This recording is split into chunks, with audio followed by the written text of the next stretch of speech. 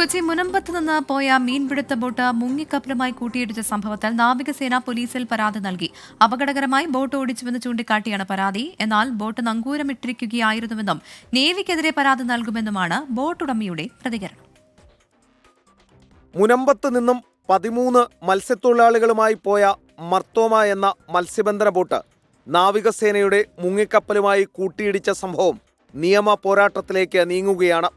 മഹാരാഷ്ട്ര മേഖലയോട് ചേർന്നാണ് സംഭവം ഉണ്ടായത് എന്നതിനാൽ നേവി മുംബൈ പോലീസിൽ പരാതി നൽകിക്കഴിഞ്ഞു. അപകടകരമായി ബോട്ട് ഓടിച്ചുവെന്ന് ചൂണ്ടിക്കാട്ടിയാണ് പരാതി.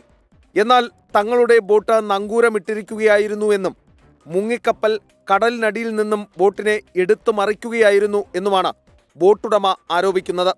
സംഭവത്തിൽ നാളെ മുംബൈയിലെത്തി പരാതി നൽകുമെന്നും ബോട്ടുടമ ലിജു മൈക്കിൾ. പെട്ടെന്ന് സൗണ്ട് കേട്ടപ്പോൾ എന്താണെന്ന് അറിയാൻ വേണ്ടി വന്നപ്പോഴേക്കും താഴേന്ന് ഇന്ത്യൻ നേവിയുടെ സബ്മറൈൻ വന്ന് ബോട്ടിനെ മറിച്ചിടുകയായിരുന്നു. ഇനി രക്ഷപ്പെട്ട 11 പേരാണ് നമ്മളോട് പറയണത്. ഇങ്ങനെ വലിയൊരു സൗണ്ട് കേട്ട് ഞങ്ങൾ നോക്കി വന്നപ്പോഴേക്കും താഴേന്ന് ഇത് പൊന്തി വന്ന് ബോട്ടിനെ മറിച്ച് കളഞ്ഞെന്നാണ് അവർ ഞങ്ങളോട് പറഞ്ഞത്. ഇപ്പോൾ ഞങ്ങളെ വിളിച്ചിട്ടുണ്ട്, അവർ ഇന്നലെ ഞങ്ങളെ വിളിച്ചിട്ടുണ്ടായിരുന്നു.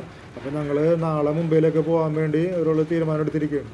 ഇക്കഴിഞ്ഞ നവംബർ 21 ഇന്ത്യൻ മത്സ്യബന്ധന കപ്പലായ മർത്തോമ ഗോവയുടെ 70 നോട്ടിക്കൽ മൈൽ വടക്ക് പടിഞ്ഞാറ് ഭാഗത്തായി ഇന്ത്യൻ നാവികസേനയുടെ കപ്പൽ യൂണിറ്റുമായി കൂട്ടിയിടിക്കുകയായിരുന്നു.